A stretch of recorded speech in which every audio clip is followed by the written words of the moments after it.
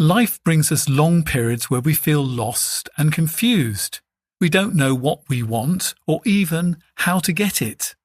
There's another chance, therefore, to hear my classic interview with Charlotte Fox Weber, where we identify the 12 fundamental desires that we all share. Enjoy! We are creatures of desire. What we most desire is meaning. What makes us suffer most is a lack of meaning. The Meaningful Life with Andrew G. Marshall.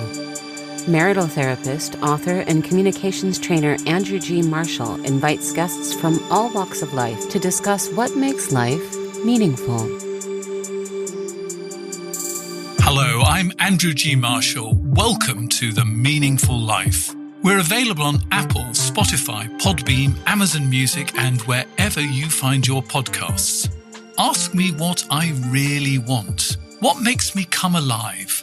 That's the question that my witness today was never asked in her therapy. So when she became a psychotherapist herself, she started asking her clients and has now written a book prompted by that very question. Charlotte Fox Weber trained at the Tavistock and Portman Trust, the Institute of Psychoanalysis and Regent's University. She's the author of What We Want, a journey through 12 of our deepest desires. Welcome to the podcast. On the subject of wanting, what in your background and upbringing made you want or need to be a psychotherapist? Oh, what a great opening question. I have always been insatiably curious, and some might say nosy. And I think I feel intrigued by people's stories. I'm interested. I want to know what's really going on. And I've always felt somewhat bothered by how people present themselves and the interior story, including my own. And why did you want your therapist to ask you this question so much, do you think? I think that without knowing it, I'm a therapy romantic, and I had some vision, a vague vision that therapy could be utterly liberating and transformative and uncensored, and that it would be a space for real depth where you could say the things you can't say anywhere else. You could be unvarnished and confrontational with yourself. And then therapists would just kind of go along with whatever I was saying.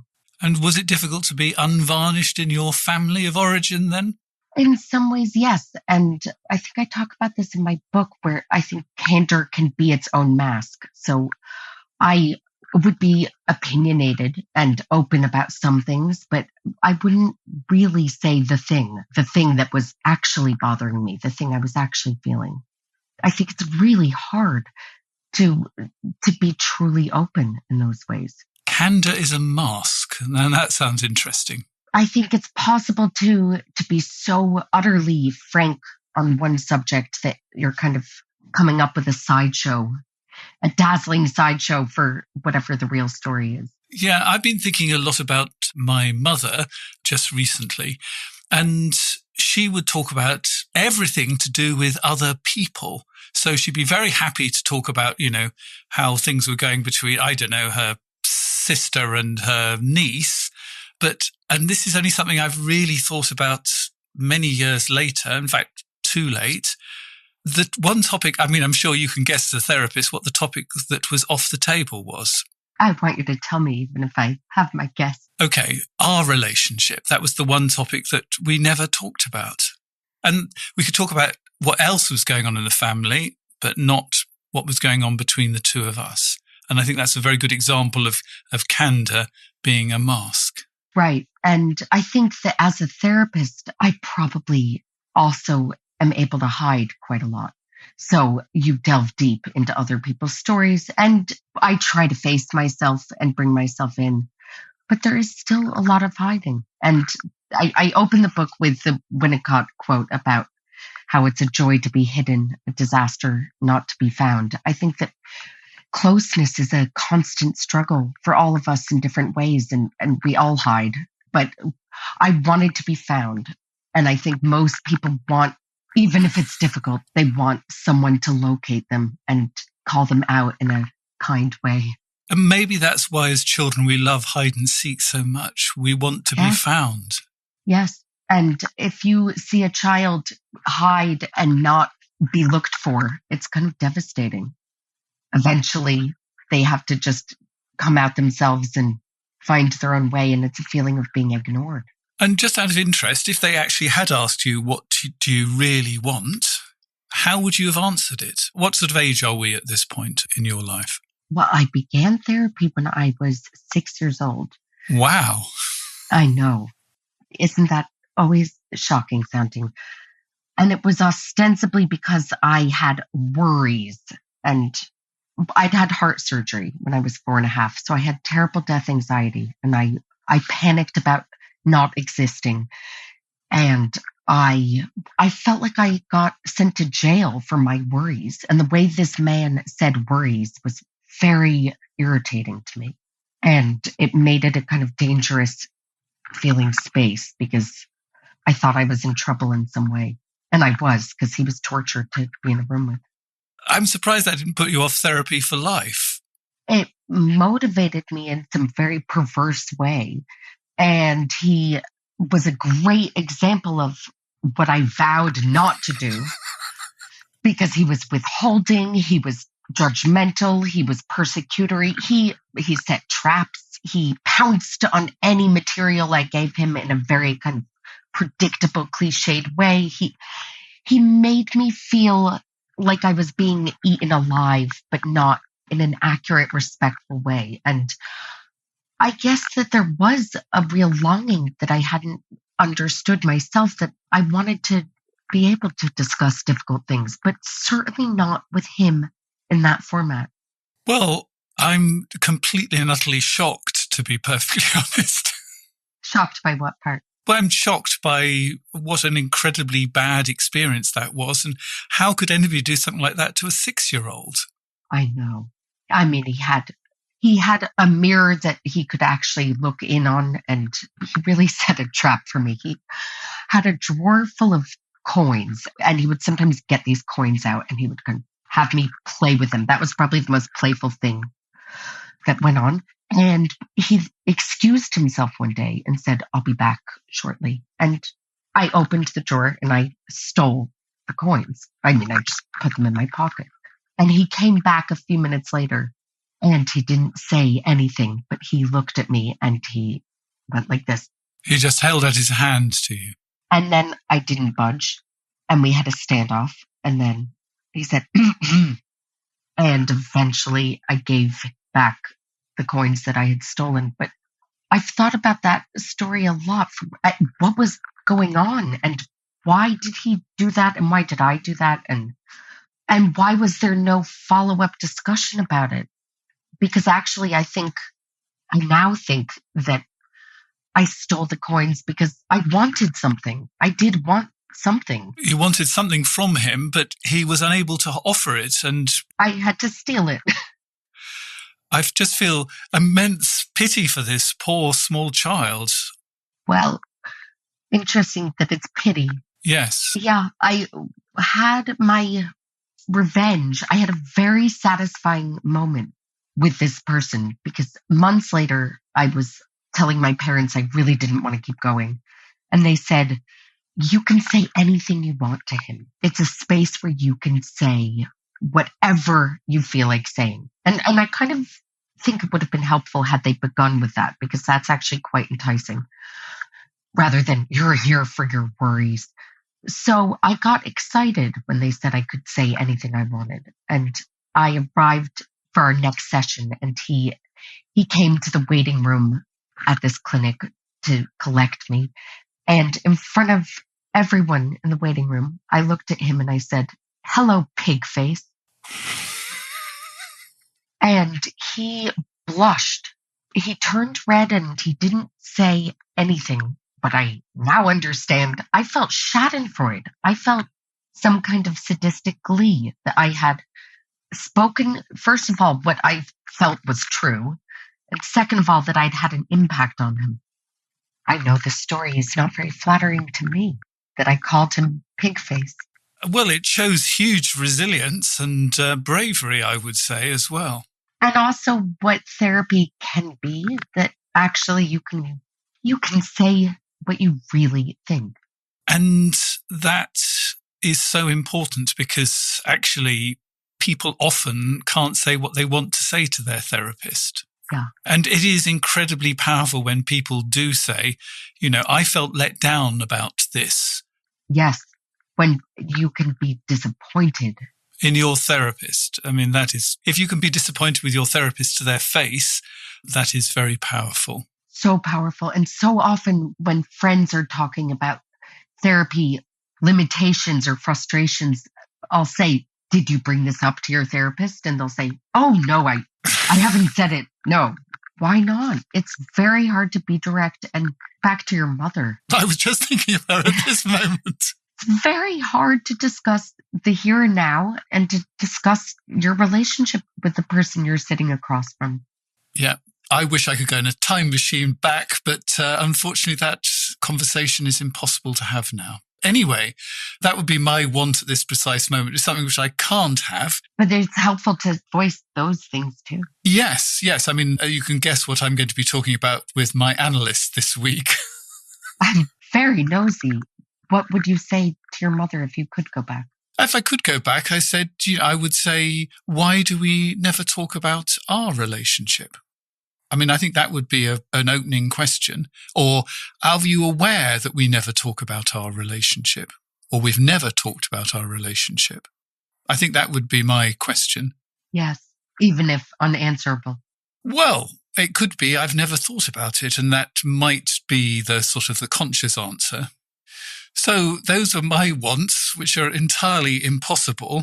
And I think we might be beginning to get towards an answer to my next question. We tend to focus on the smaller desires rather than the deeper wants. So, we think about, I want a holiday sort of kind of thing rather than the deeper things. Why do you think that is? I think that we are frightened of deprivation, disappointment, and we hold on to vague fantasies because we are terrified of being let down by life and devastated. So there's that little glimmer of hope if you haven't voiced it, if you haven't pursued something, if you haven't written a book and you just have that idea, it can be perfect and unrealized. And I think that applies to a lot of areas of life. And I think we're frightened of upsetting people, that if I had spoken to my mother, that I might have upset her. Yes. In some sort of deep way. I'm not quite certain how, because it's, sitting here talking to you, it seems like such a harmless question, but, something stopped me from asking it or even becoming aware that I wanted to ask it. I find it so sympathetic and understandable. And also, I think it's a very hard question to ask because it's emotional intimacy. It's so overwhelming and uneasy making, even if it's what we long for. And I think there's real fragility in that and vulnerability and loss in so many ways. What if we don't know what we want? I think that first of all, it's okay and sometimes very helpful to not know what you want and to let yourself change your mind. But I think that making a point of paying attention to bigger issues is a habit that we can cultivate and practice and be aware of. I think when you start thinking about what really matters to you, you discover it more easily. You come across astonishing things. You go out of your way and begin to prioritize. But it has to be a kind of big value. So if somebody's sitting here now and thinking, what do I really want? What would you suggest they could do that would help them start to think about that question so they don't come up with a holiday or, 10,000 extra pounds sort of kind of stuff?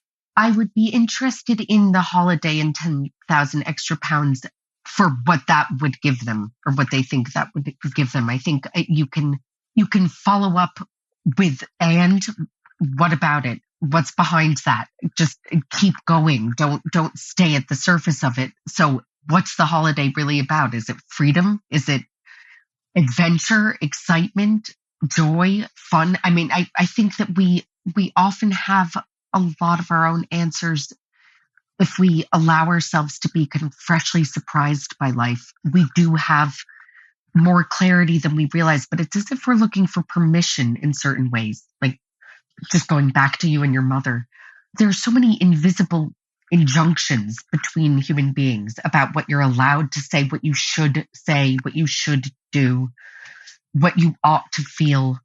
And these invisible rules can be very problematic and often go unquestioned. So a lot of us are waiting for, including me, when I was waiting for therapists to ask me what I wanted, we're waiting for someone to say, okay, here you are. What matters to you? What do you want? And go this way. And it doesn't really work that way. This is a quote from your book that I found interesting. I'd like you to sort of expand on it for me. We're socialized to perform and conceal desires. And I think this possibly goes to the heart of the problem of actually knowing what we want. We're socialized to perform and conceal desires. Expand that out for me. We put on a show and we don't really talk about our inner experience. We have to kind of hold back, for one thing, just to be civilized, to be remotely polite, to not be completely savage. But in all sorts of ways, we are pretending and kind of scripting how we're supposed to be. And I think that we lose something raw, and it's such an overused word these days, authentic, but genuine. And back to your question about how to figure out what you really want. If you sit down with yourself and you ask yourself what really matters to you in your life, you will come up with interesting things, just core things, but you may not have discussed them. You may have circled around them. It may be things like love, desire, power. A lot of times we conceal things because it's not very pretty. And I think we want to keep it nice and we want to keep it acceptable. So what we want might be to have sex with someone wildly inappropriate, or to steal someone's job, or to get out of our marriage, or to run away. It could be something more subtle than that, but it's sort of mortifying to admit those things. So let's take that one of your examples. So let's say, we're actually secretly hiding it from ourselves that we want to run away from our marriage, say, for example. Now, what do we do about that? Do we run away from our marriage, or do we just sort of take it as more symbolic than realistic? I don't know. What would you do if you had a client who, they were saying, I think I want to run away from my marriage? First of all, I think that happens every day for most people in married life. And I think that normalizing the struggle of relationships is a really important beginning, that this is not so unheard of. Of course, people fantasize about running away all the time throughout life. Again, like hide and seek, we play our own versions of hide and seek, and we fantasize about running away well past childhood. But admitting it to yourself, or admitting it in a safe space like therapy, it actually gives you agency over yourself so that you don't have to then act on it, but you can acknowledge it. Sometimes you don't have to do anything about it, which sounds passive of me, but it's actually a great relief. Like when you realize that you want to kill your sibling, for instance, you can feel consoled by that. It doesn't mean that you will then go and kill your sibling. You might even feel tenderness and love once you have expressed the aggression, not necessarily to the person. So when people want to run away from their marriage, what is it that they would like to run towards? What makes it so entrapping and unbearable? What feels so restrictive? Very often we have colluded in our own self-imprisonment, and we've given away something of ourselves that feels precious, and then we're resentful and feel very wronged. So looking at some of your 12 deepest desires, one of them is desire itself, that we want to be desired and we want to feel desire. In the book, you talk a lot about desire exaggerates and minimizes. Let's look at that, and then perhaps you can give us a case history, because the book is full of case histories that would help us sort of understand how desire exaggerates and minimizes. I think that we have these elaborate theaters in our own minds, and we're much more creative than we realize. And tell me if it's problematic that I keep on referring back to earlier things you've said, but there are certain recurring themes, and we often freak ourselves out about whatever a thought or feeling may suggest. It's actually a rich tapestry of our own inner world. And when we can be curious about it in a kind of creative, playful way without kind of interpreting everything literally, then thoughts and feelings come and go and turn into other things. And I think that curiosity rather than judgment is a really helpful starting point. So with desire, you can desire a big house, even if you think that you're actually an earnest academic and you don't care about money. You can desire having sex with someone, even if you're in a relationship with someone else and it would be all wrong and terrible and a really bad idea. You can feel all sorts of longings, and they don't have to be kind of determining your fate. They don't have to be signposts for saying, uh-oh, you're really headed for trouble. Or that you must go and sleep with that transgressive person sort of kind of thing. Right, like this is the answer. I mean, there can be something so seductive about the powerful force of feeling desire for someone, especially sexually. I mean, look at the way it gets people in trouble. I mean, it's Odysseus putting wax in his ears so he doesn't get pulled away by the sirens. I think we lose ourselves when we're overcome with desire, but we also kind of love that. There's something dangerous and thrilling about it. I mean, I'm sitting here and I sort of understand that we don't have to act on our desires, but I'm sort of channeling about 3 million of my clients this moment, and I'm feeling inside absolutely terrified because, on one hand, I have all these transgressive desires, and on the other hand, I know how much that, if I told my partner my transgressive desires, here I am channeling my clients, they would be horrified, and I'm not quite certain what I'm going to do with this. So help me out. Why do you feel that you have to do anything? This is my client speaking, and I'm representing them as our listeners because, there's not an awful lot of point working out what our desires are if we're not going to do anything with them. So I'm sorry to be provocative, but, I can sort of hear my clients and my listeners saying that. I think that desire is like a direction of travel. I think that when we get to the bigger picture longings, rather than the very specific granular urges, it's like looking at the stars. It doesn't mean that you absolutely arrive, but you have a forward motion and you have a sense of your values. And I say values always sounds a little bit moralistic, but I think that having a kind of continually updated sense of your own core values really helps guide and anchor decision making. Let me help you out here, because I'm getting this image of a sort of a taking the end. We're in fairy tale world. If you pick up the end of a piece of string and you follow it, and we think the answer is the string is going to take us into this room and the answer is in the room. But sometimes the answer is in the room behind the room, sort of kind of thing, in the room after that. And I think possibly to illustrate this, because in the book you've got these wonderful case histories, we should talk about Jack, because what he desired and what he really desired might be two different things. So tell us about Jack. Yes. So when it comes to desire, and most people saying, I don't know what I want, or I really want this one thing, and I can't get it. So what's the point?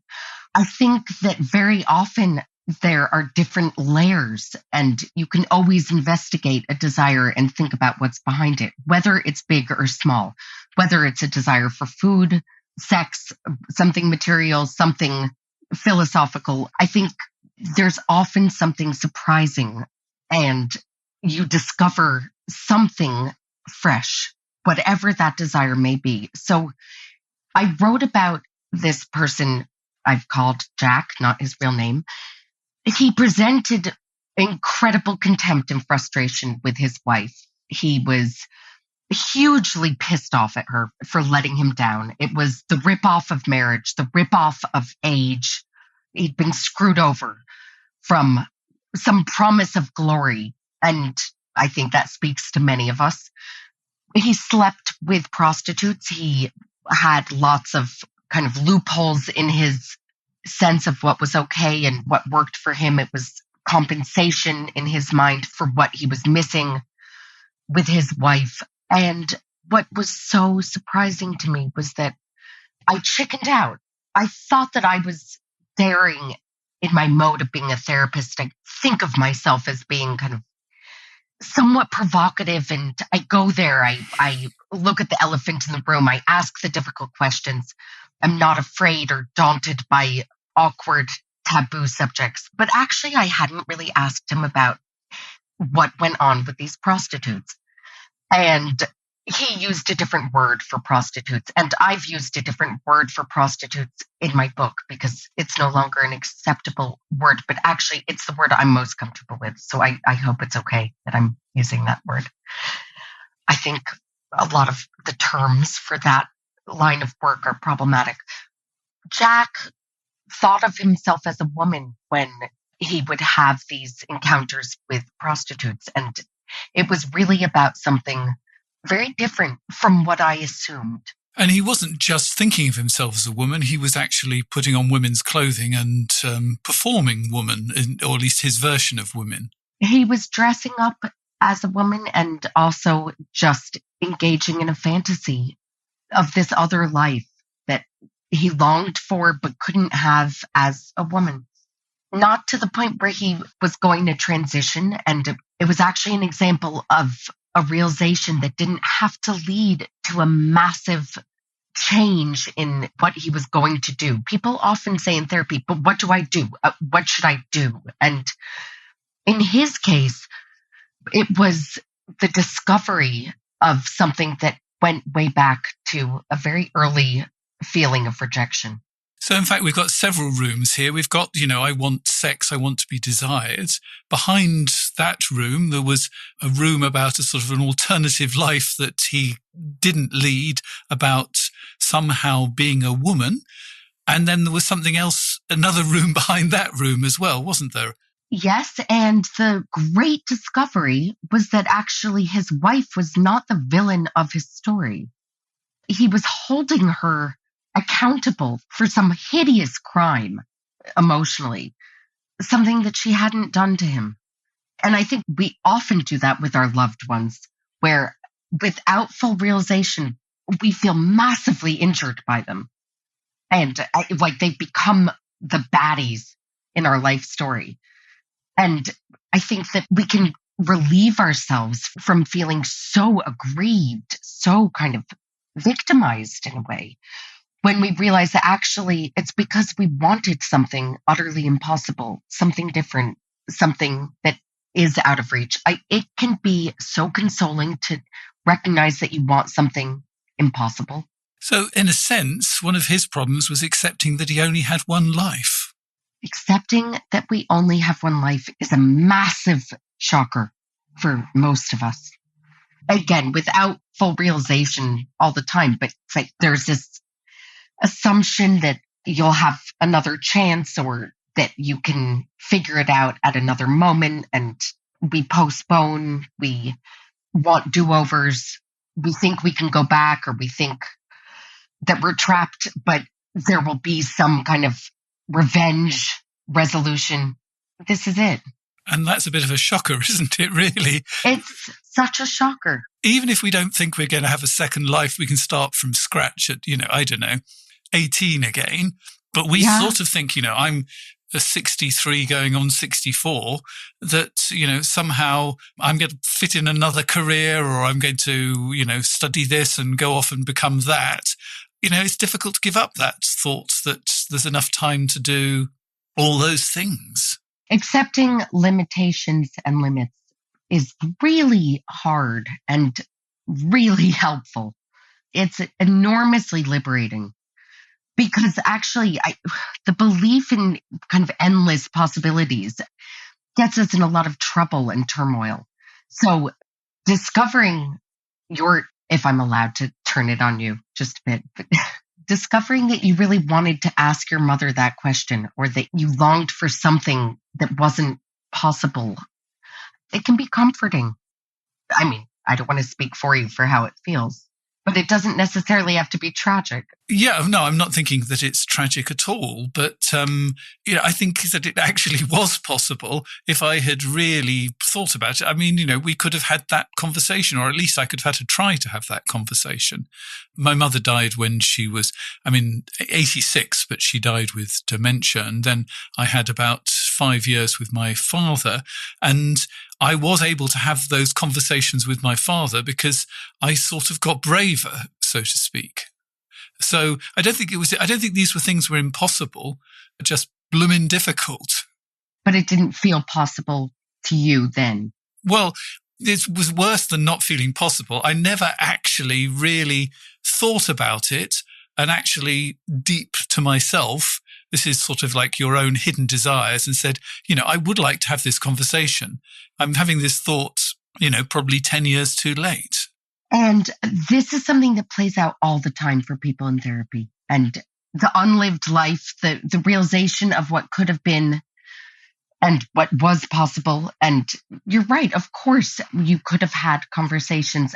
We have endless retrospective possibilities, but letting go of those retrospective possibilities is a big one. I mean, that's another kind of expectation we have, that we could have done something differently, that we should have taken a left instead of a right, that person we had the fling with was actually a really great, wonderful potential love, and life would be better if only. So there is definitely a room marked regrets, isn't there? But it's so empowering to actually acknowledge, and that includes a regret. And it doesn't have to be overwhelming to have a regret.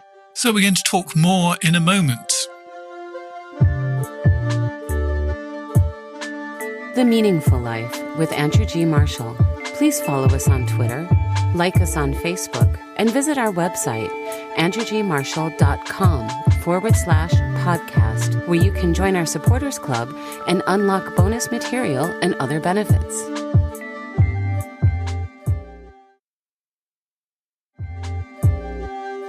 If you'd like to get involved with the program, you can go to my website, www.andrewgmarshall.com/podcast, and you'll find out how to write in a letter, or you can find out how to become a supporter of The Meaningful Life. And it would be really good if you could, because it costs money to put this on, and it would be really good if I could have some support with it. So please do sign up. So here's a letter I've been sent. Discovering my wife's affair 18 months ago of over 2 years with an ex-boyfriend after we'd had 10 years together was the most devastating thing that's ever happened to me, and I must say my wife too. We had marriage counselling for a few months, which helped a little. My wife really struggled with validating my emotions and showing empathy, even though she was absolutely heartbroken. After struggling through as best we could and both trying our best, we still couldn't solve our communication issues. It dawned on me that she might be autistic. We have an autistic son together. He's the child of an abusive relationship my partner was in before she met me, and I've brought him up as my son. My wife was privately diagnosed 3 months later. I've had EMDR and trauma therapy for my childhood and abandonment issues and the PTSD caused by the affair. My wife has had a limited amount of therapy and has been remorseful and apologetic, cut all contact with the affair partner, been transparent and open. I feel she was also manipulated by the affair partner to a certain extent, as she's always found it hard to read people's emotions and intentions. We had neurodiverse communication counselling, which really helped. We've done the what, the why and the how. I know it'll never make sense to me completely, but I think she gets it, how hurt and angry, etc. I've been by her actions. I'm trying not to mention the affair because she finds it extremely distressing and leads to shutdowns, tickings and even meltdowns. so I keep it to myself. Is there a point where I can compartmentalize the affair and stop trying to explain it? I feel we're well on our way to a new, better, deeper, and more meaningful relationship. I really like this guy. So do I. He's so considerate and highly attuned to everyone around him. I do want to know what it's like for him, which might seem very obvious, but he starts by saying that this is kind of grueling for him, and he refers to PTSD, but he seems to need space just for grieving, for acknowledging. It's tough being the good guy all the time, isn't it? Yeah. And sometimes it's really helpful to get in touch with the bad guy in yourself. The rage, the aggression, the sense of injustice, whatever it is, he's handling it maybe a little too well, doing all the right things, seeing it from different perspectives. But where's the primitive, savage part? And we're not, just so we get it clear, we're not suggesting that you're going to be expressing these directly to your wife, but, this is back to following the wool. Just because we're pulling the strand doesn't necessarily mean we're going to go exactly there in a literal kind of sense. Certainly not, and it's a good point. I'm a massive fan of unsent letters, and my 8-year-old son, over the holiday, wrote a postcard to his frenemy, and he said, I hope you eat shit. Hate. He signed it hate, not love. And I said, wonderful. Do not send that postcard. Shall I tell you about an unsent letter to my mother after you've suddenly reminded me? Yes. I wrote a letter to my mother, and for some reason I put it in the back of a library book. Being a good middle-class family, we had library books. And I forgot all about it. The book went back to the library. When they sort of checked it back in, they found the letter. They gave it to my mother. Oh, wow. What did the letter say? I have no recollection whatsoever of what the letter said. And I assume that she read it, but we never talked about the contents of it. And you really hadn't intended to send it to her? I don't think so. I mean, the fact that I put it in the back of a library book, I didn't give it to her directly, but obviously, possibly on an unconscious level, I might have wanted to give it to her. I don't know. I love that. But also that she didn't say anything about it. Well, she told me that she'd had the letter and been given back to her, etc., etc. Otherwise, I wouldn't know the story. But I didn't actually get the letter back.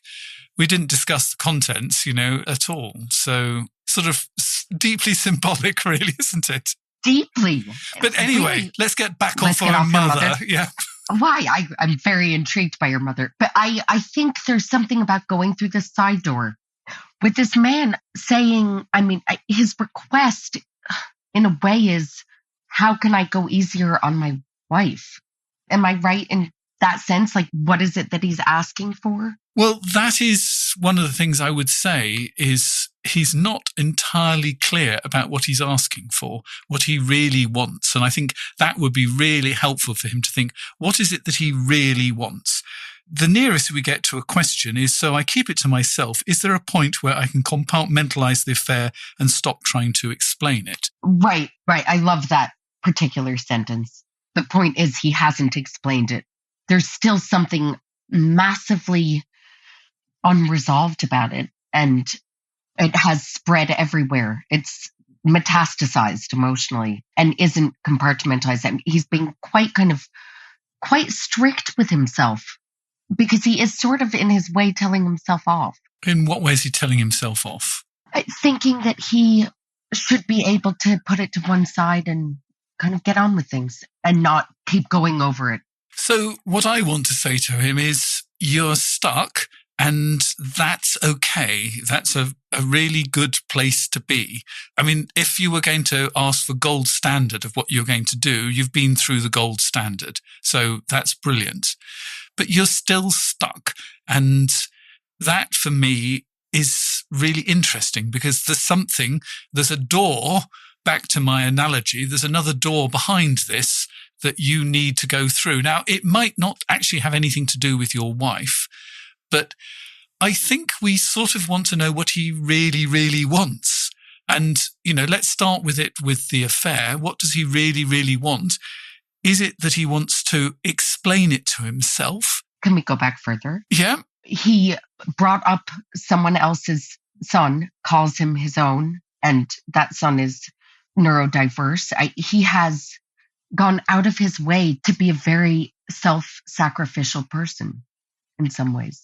And maybe it's deeply rewarding, but he seems to have done the right thing for a long time. And my guess is he was doing the right thing right all the way back to his childhood.